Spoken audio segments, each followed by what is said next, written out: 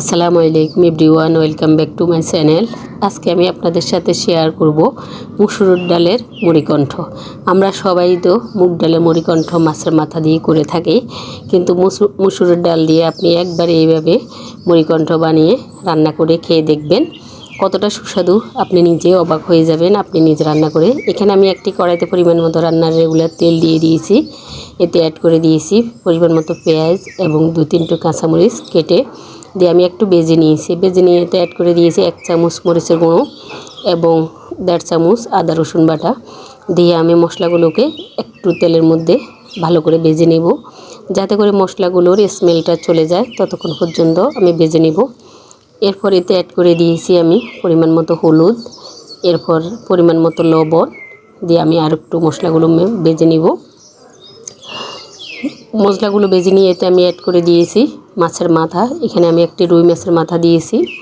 আপনারা এর সঙ্গে মাথার যে অংশগুলো দিতে পারেন, আমি শুধু মাথাটাই দিয়েছি।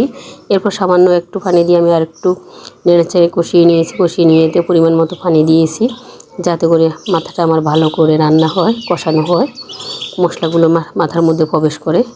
দেখতে পাচ্ছেন আমার মাথাটা ভালোভাবে কষিয়ে নিয়েছি।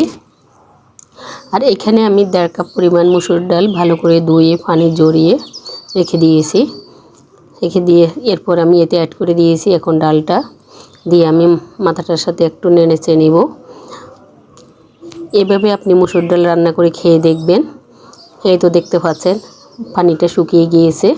আমি যে পানিটা দিয়েছি কষিয়ে নেওয়ার জন্য মাথাটা, ওই পানিটার মধ্যে কিছুক্ষণ মুসুর ডালটাকে একটু কষিয়ে নিয়েছি। কষিয়ে নিয়ে এখন যখন পানিটা শুকিয়ে গিয়েছে, তখন আমি একটু মাথার সাথে ডালের সাথে একটু নেড়েচেড়ে ভেজে নিব। আর এতে অ্যাড করে দিয়েছি এই পর্যায়ে একটি টমেটোটা আপনারা এই পর্যায়ে দিতে পারেন, পরবর্তীতেও নামানোর আগে দিতে পারেন। আর দিয়েছি 2টি তেজপাতা মাঝখান থেকে ছিঁড়ে। এরপর এতে আমি পরিমাণ মতো পানি দিয়েছি, যাতে করে আমার রান্নাটা শেষ হয়। এক পানি দেই। এই তো দেখতে পাচ্ছেন আমার ডালটা একদম মাখা মাখা হয়ে গিয়েছে। এই পর্যায়ে লবণটা চেখে দেখবেন, লবণটা চেখে দেখে লবণটা দিবেন। আর এতে অ্যাড করে দিবেন নামানোর সামান্য কিছুক্ষণ আগে, 5 মিনিটের আগে, যাতে করে একটু দমে রাখতে পারেন। ভাজা জিরার গুঁড়োটা দিলে এত ভালো একটা স্মেল আসে, খেতে খুবই সুস্বাদু লাগে। আর এখানে আমি 3-4টি কাঁচামরিচ দিয়েছি নামানোর আগে, যাতে করে কাঁচামরিচের স্মেলটা পাওয়া যায়। এরপর আমি আর সামান্য কিছুক্ষণ ঢাকনা দিয়ে ঢেকে দমে রেখে দিব। দমে রেখে দিয়ে এরপর এতে অ্যাড করে দিয়েছি আমি ধনিয়া পাতা দিয়ে একটু কিছুক্ষণ রেখে আমি সার্ভিং বাটিতে নিয়ে নিব। আর এই পর্যায়ে আমি এখন দিয়ে দিব বাগারের জন্য আমি একটি প্যানে সামান্য তেল দিয়েছি পরিমাণ মতো, বেশি দিই নাই কিন্তু। এরপর রসুনটাকে একটু ভেজে নিয়ে এতে অ্যাড করে দিয়েছি কিছু পেঁয়াজ। আর এখানে 3টি শুকনো মরিচ পাশে দিয়ে রেখেছি, যাতে এগুলো একটু ভাজা ভাজা হয়। এদিক দিয়ে আমি পেঁয়াজ রসুনটাকে একটু ভেজে নিয়ে এতে অ্যাড করে দিয়েছি 1 চামচ পরিমাণ গোটা জিরা। এই গোটা জিরাটা বাগার দিয়ে দেওয়ার কারণে আপনার এই ডালের রান্নাটা আরও অনেকটাই সুস্বাদু হবে। তো ভালো একটা স্মেল আসে, খেতেও খুবই সুস্বাদু হয়। দেখতে পাচ্ছেন আমি কালার একটু গোল্ডেন কালার করে ভেজে নিয়েছি। এই তো ডালটা আমি সার্ভিং বাটিতে নিয়ে নিয়েছি। দেখতে পাচ্ছেন কতটা লোভনীয় হয়েছে।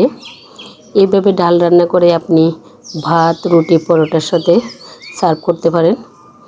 দেখতে না খেতে অসাধারণ লাগে। আমরা তো সবসময় মুগ ডালে মুড়িকণ্ঠ করে থাকি।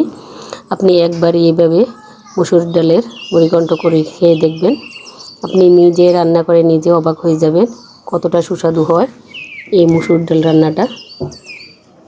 আর বিশেষ করে এই রান্নাটা রুটি পরোটার সাথে খেতে অসাধারণ লাগে। আমার রেসিপিগুলো যদি আপনাদের ভালো লেগে থাকে, তাহলে আমাকে লাইক করবেন, কমেন্ট করতে ভুলবেন না এবং সাবস্ক্রাইব করে আমার সঙ্গে থাকবেন।